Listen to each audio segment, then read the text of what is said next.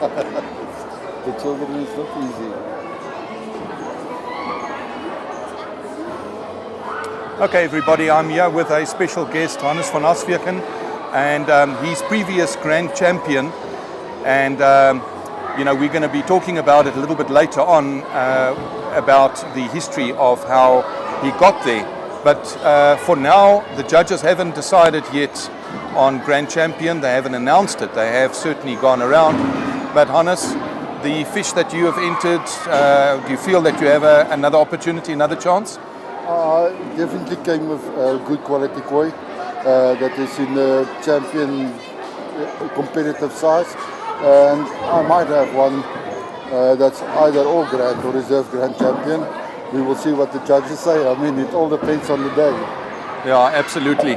And I must say that the variety that there is now, the competition is pretty stiff. It's really, there's some really good entrants. Yeah, there's not that much koi here at the Free State, but the quality, the average quality of the Free State has risen a lot over the years, and the competition is on, so it's very competitive now. Yeah, and I must say, for those of you wondering why there's so many children in the background, it's all because of Jumpers Lane. This is the venue, and it is a family venue for everybody to come through and enjoy. There's just lots, from paintball right through to little rides and jumping castles and everything, as you can see in the background. Trampolines. I mean, honestly, if I was 7 years old again, you wouldn't get me out of this place, that's for sure, because there's just so much to do. But just to showcase what a nice venue it is, yeah, and it's great that they opened. Fantastic venue, yeah. And the owners of this place is very helpful and very considerate. We appreciate them being so pro-koi and accommodating us to have our koi show. And I think in future this will definitely be the future venue as well. Oh, that's wonderful. And speaking about pro-koi, as far as Pick n Pay Freiburg putting in a big sponsor in here, and really fantastic. Thank you very much, Hannes. Thank it's you. great. Pleasure. It's great for everybody to enjoy it's a privilege. Thank you so much. Pleasure. Okay. Right, that was Hannes van Asweken. We're going to talk to him again, and we'll see once we're there. But right now, let's take a look through quickly and just see how much fun the kids are having right now. Thanks, Hannes.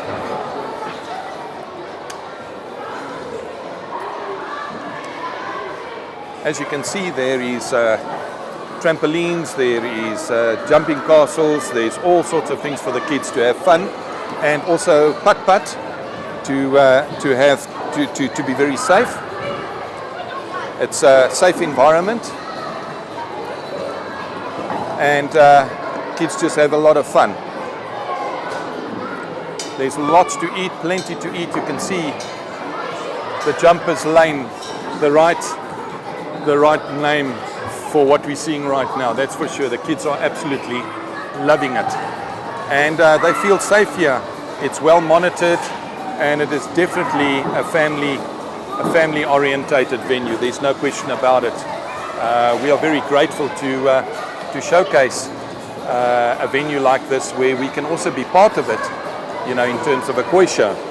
So right, let's move on. You can see the canteen and everything, and everybody enjoying good lunch. There's very good food here. Paintball, as I said, is on the outside. But let's walk out and let's go and have a look at the koi show. I'm pretty sure by now you want to see a little bit more of the fish. So let's go outside. Right. Here we go. The judges are still busy. They've obviously made their decisions of grand champion, and they've made their decision on reserve champion. So now they are going through each and every fish now to categorize them and judge them according to what's available. You can see that the public is not allowed to be part of or speaking with the judges, and each of the judges, as you can see, they have their own scoring ratio or way about scoring. Some work on a percentage, some work on numbers. If there's 5 fish, 1 to 5 kind of thing. And Dean, of course, the chief judge. There's always got to be a chief judge just to coordinate everything. So let's start having a look at what fish are available. We are now at the ponds are numbered. They're not named by the owners because the judges need to remain neutral, so therefore there's just numbers. Each number or vat that has a number belongs to a particular owner. You'll notice that the net is from that particular owner. There's no sharing of nets.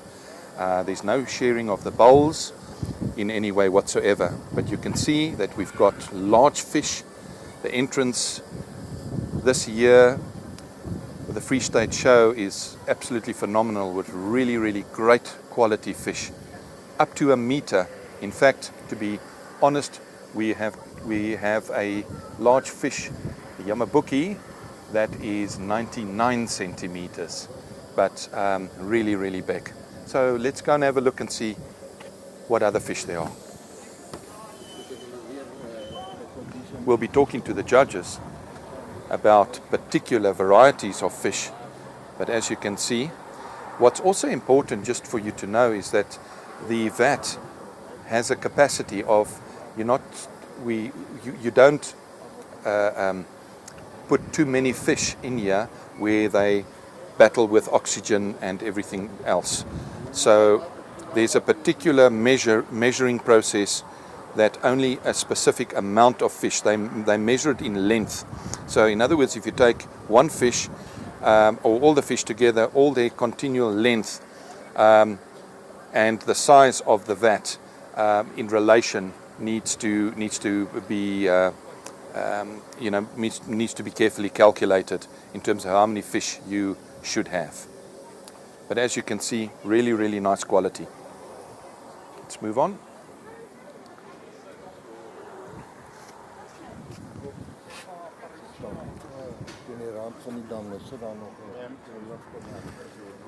Okay, now in this instance,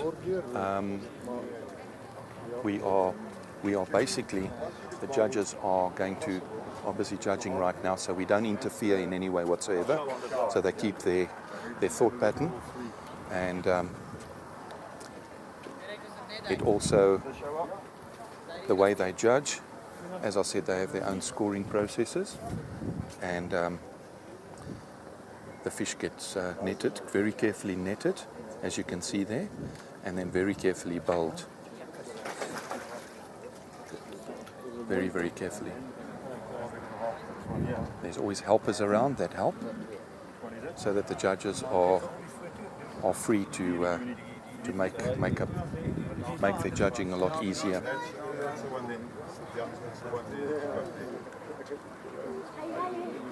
These are international judges. They are well versed in terms of knowledge of koi fish, and they very, very quickly can pick up if there's a problem with the fish. It's what they trained to do. They have a very trained eye. Now what they're doing is they're putting the fish together there so that they can compare, do a comparison. Every fish is being treated with the most utmost respect because it belongs to a particular owner.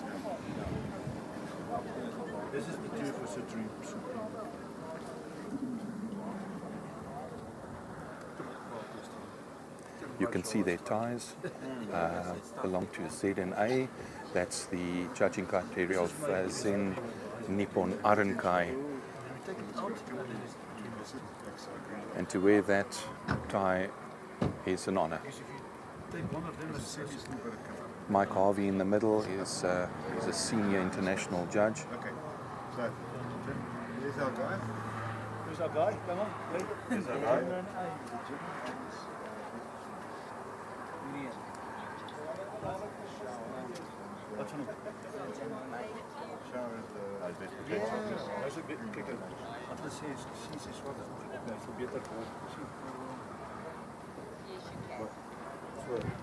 A lot of times the judges have a look at, also from a tatakoi perspective, also a promise for the future.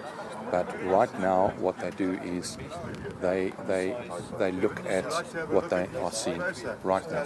Thank you, Mike. You can see the finish.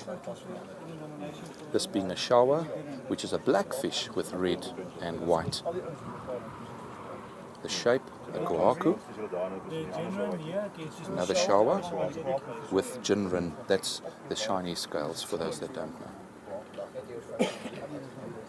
Sometimes there are fish that do have a little bit of netting damage, or whilst they've been in transport, they've had a bit of damage, but the judges then overlook that, and they call that a netting damage.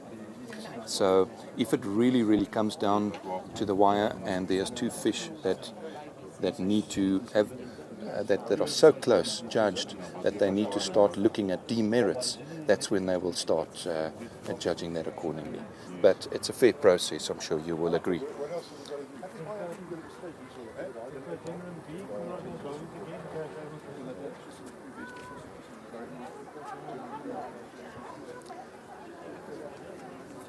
Okay, we've been talking so much about the largest fish, so let's go and have a look at the largest fish at the show. And that's also a category that they have called jumbo. As a matter of interest, somebody that has had fish for 10 years, we generally have a saying that they know how to keep fish, they know how to keep water, and we then regard them as an expert in terms of the koi fish as a hobbyist. So let's have a look. Right, as you can see, there's the Yamabuki. For those that are wondering what Yamabuki is, Yamabuki means yellow rose. And I will show you, I can't put my hands in the water, but I'll show you the size. You can see the size of the fish. And the reason why I don't touch the water, or nobody should touch the water, is because of any fear of contamination. We were talking just now about keeping the water in good condition whilst the fish are in this environment. And there's a product that they use called Chloromex. It's used throughout all the shows. And what it really does is it basically binds the ammonia. Ammonia is the biggest thing that happens here. Why? Because we've just got oxygen and fresh water, but we don't have a filtration system. So it's just a temporary process for 72 hours or thereabouts before they get back home. So the ammonia, the good thing about the likes of a chemical called Chloromex is that you can't overdose. So we had a pond that had spawning yesterday, and of course we needed to refresh the water, and we needed to put more of the Chloromex in so that we remove the ammonia that is present in the water. That's very, very important. Otherwise, you can see the peace and tranquility with the fish, and one tries to keep them as calm as possible. As you can see that the kids that are here to also have a look at the fish, it's a family show. So that's what it's all about. Guys, did you see the biggest fish? You know that this fish is almost a meter? No. Have you ever seen a big koi like this? No. Now I'll ask you a question. Do you know what is the oldest living koi fish? How old the fish is? Any guess? 8 years. 8 years? Any more guesses? Yes? 12. 12? 15. Go a lot higher. 20. Okay. Can I shock you or surprise you? Yes. You can Google it when you get home. The fish's name is Hanaku, and it was recorded at 226 years old. How's that? 226 years old. That's literally older than Moses. Yeah, absolutely. Fish. Big fish. The big fish there, it's called a Yamabuki, and that means yellow rose. Because it's yellow, it's called yellow rose. It sounds like Yamato, a battleship from Japan. Yes. Well, guys, are you enjoying the show? Yes. Good. Well, that's also just an idea from the youngsters, how they're enjoying the show. And of course, it's a family show, so everybody is. And it's free entrance, so those that are in Bloemfontein still, and want to come through tomorrow or later on this afternoon, please do so, and you're going to enjoy it. Grandpa, Grandma is also going to enjoy it, I assure you. There's some good tea and coffee inside. The canteens are really very good at supplying some good quality food and of course fresh drinks. But back on the show, you want to see fish, so let's go and have a look and let's see more fish. Let's go see more fish.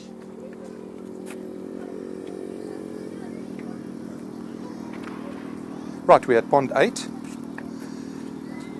and this is something very interesting. If we have a look at this particular fish at the bottom, there's not many that is in this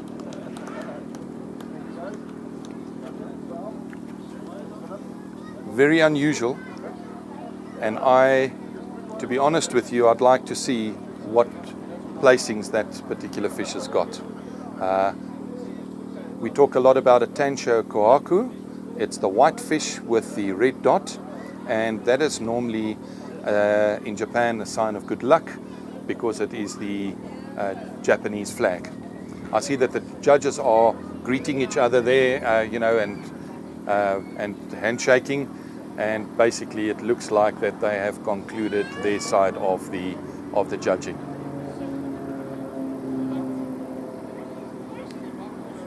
We are so grateful to have judges. We couldn't have a show without judging like that. It's a neutral element, and they treat everything with the greatest respect and secrecy before they announce. So now it's a case of everybody waiting to see what the announcement would be.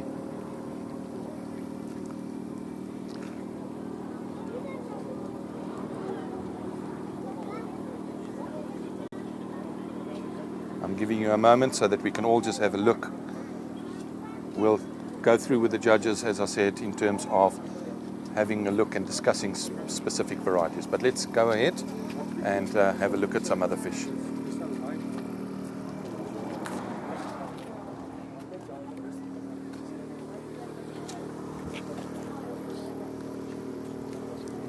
Here is a nice example of jinrin. Jinrin means where the scales are shiny, and as you can see, the ochiba.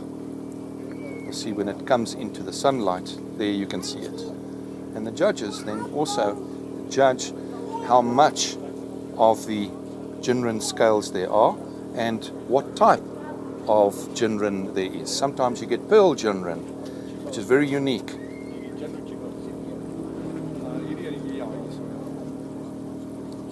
That fish then gets judged in a different way.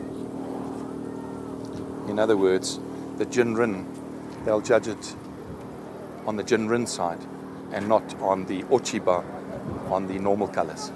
But let's have a look at some other fish.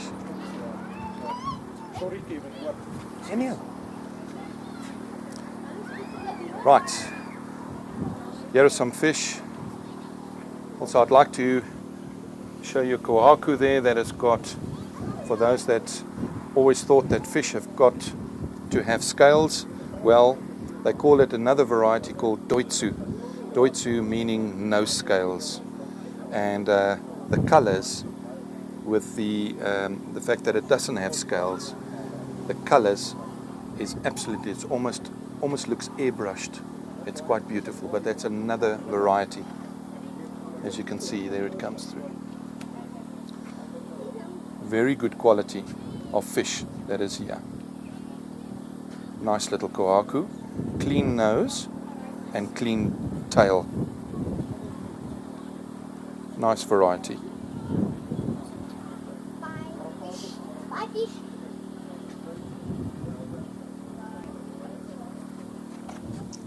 Okay.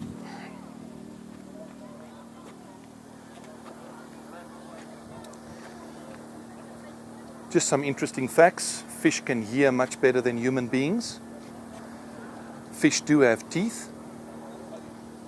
And fish can also, people say, well, if the water's not clear, how would they smell, how would they detect food? Well, they've also got the luxury of a lateral line running along the side their bodies, which picks up vibration.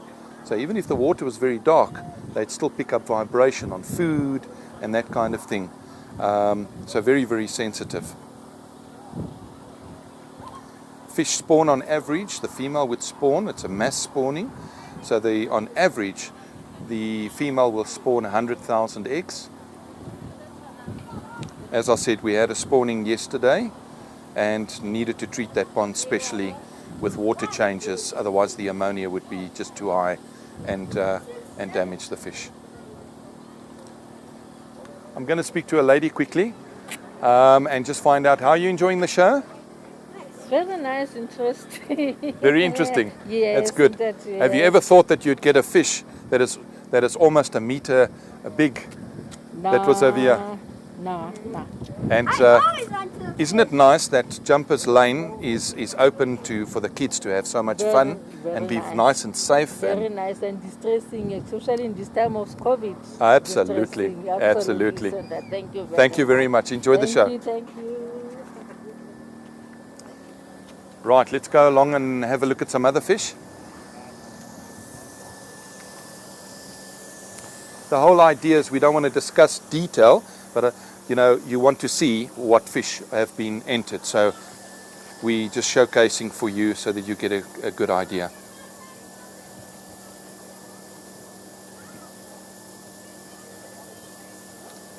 Water is everything in this game.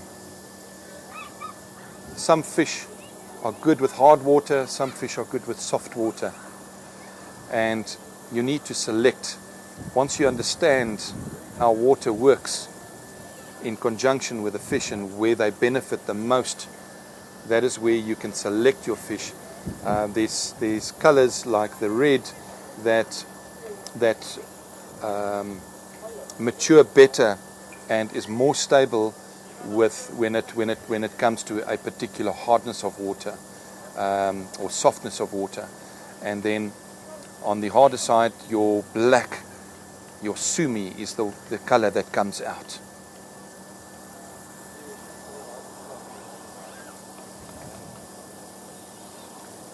What you generally want when you go and select a fish is you want to make sure that a fish is not lying like a submarine and lying on its own and breathing heavily. Those are signs that a fish is not happy. Yes, fish do snooze like that as well, but generally what you want is you want the swimming around, inquisitive, and you want a good balance. So one of the things that the judges really look for is balance of the fish. Shape, of course, there's many other areas of judging criteria, but the fish must swim like a fish, which does kind of make sense. Whenever there's high chemicals that have been put in water, then you'll see that sometimes the fish's eyes get damaged, and what happens is that the chemical, they basically get a chemical burn, and that's quite sad to see, but so important. And why I'm saying that is that those that do have fish at home, don't just throw any chemical in. Understand why you're throwing the chemical in. Very important. Do you have salt in the water? Why do you have salt in the water? And certain chemicals, or medicines, shall I rather say, is not compatible with salt. So one's got to be very careful. The likes of chloramine T, very, very good product, for instance. But if the pH is lower than 7, it's deadly for the fish. So it's those kind of things that you need to speak to your local koi medic and so that they can give you some very good advice. Okay, let's go and have a look further. Whilst we're walking through, there's 2 vats that don't have fish, and this is very important with the show. Remember, I was talking about not contaminating from one water to the other, and I didn't touch the water. And whenever the judges or any of the netters or bowlers or scribes touched the water of one particular pond, they would come here to the disinfectant, and they would then dip their hands and clean their hands and everything, and that's very important. There's also on a show like this, with such volume of water, and things hopefully don't go wrong, but if there's any puncture or anything like that, an emergency, then there's always a backup pond that has a reservoir of water, so that one can quickly get things sorted out. So this is a careful planning. It's planned well in advance, where they have to set up and obviously make absolutely sure that the aeration, the air system, that's one of the big pipes that is running over here on this side, that the air system is running. Without air in these ponds, fish are going to really have a problem. We had a quick power out last night or yesterday afternoon with the lightning that was here, tremendous rain, but thanks to the team, and that's what I'm saying, to congratulate the teams, because they very quickly came to the party with a backup generator, backup system, and that's very important to keep these beautiful living jewels happy and content, so that we can judge them and enjoy them, and that they can go back safely back to their home. So let's go and have a look at some more koi fish.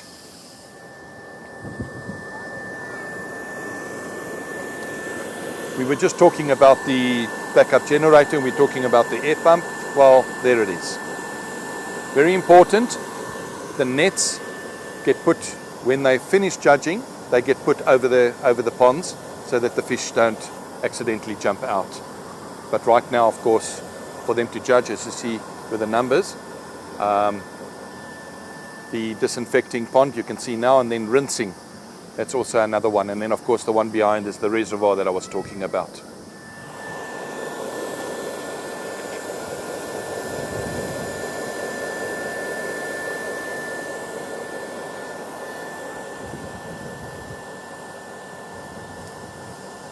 Most of the shows with this kind of volume of water is always done planned very carefully.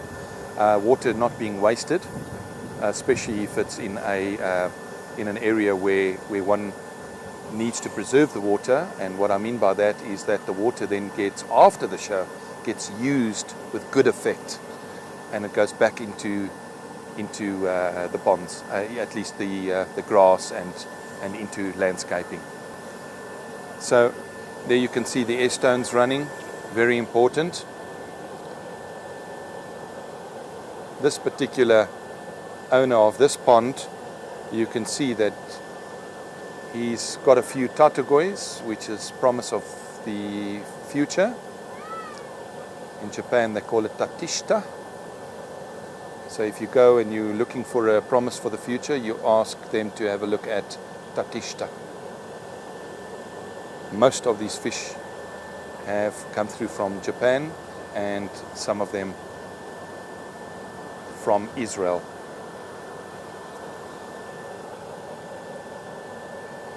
You can see the peace and tranquility, the fish swimming around. That's what you want. They must be inquisitive, pectoral fins out, breathing nicely. That's what you want. It's a good sign. Fish do not get fed during this time, so that you don't put more ammonia in the water. And it's not being cruel, by the way, for somebody that wonders, will the fish suffer? It actually benefits them, because when they travel back, then they don't spoil the water as easily, and they actually travel more comfortably. Also, when fish come through from Japan or Israel, they often have not been fed, so that they have an empty tummy, that they don't spoil the water. So that's another criteria of how they work. Also, depending on the seasons, whether it's winter in Japan and it's on its way, the fish is on its way here into South Africa or elsewhere, and the season perhaps summer, there's certain things that one needs to take care of when the fish arrive. But again, the likes of your koi medic will help you and guide you in terms of what best way to follow. Just as a rule of thumb, cold to warm water is better than warm water to come to cold water. That's where you need to be very careful. Temperature will certainly affect the fish severely. Not only you might be lucky this time, but in the long term, you may also find that the fish is showing signs of suffering from that particular trauma. So one must just be very, very careful and understand water, understand the nitrogen cycle, ammonia, nitrate, and so forth and so forth. pH, of course. And what does temperature do versus oxygen? My humble opinion, you can't have enough oxygen in your pond. You can't overdo oxygen in your pond. The more oxygen, the better, the healthier your fish are. So let's take a look at some other fish.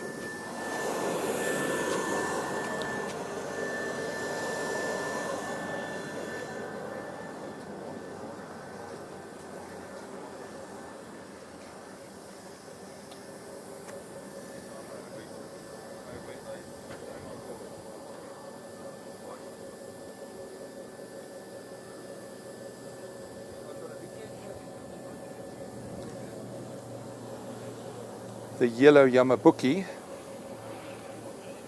one of the judging criteria is having good fukurin. And fukurin means how the scales are layered like tiles, you can see. And that is an important factor for that particular variety of fish and how to judge. In terms of males versus females, from a competition perspective, if you want to aspire to having a grand champion, you will then look at a female koi fish instead of a male.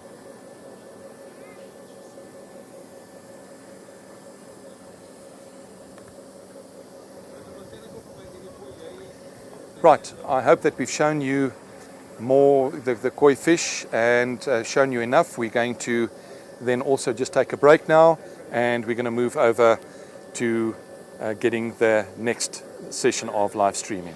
Thank you.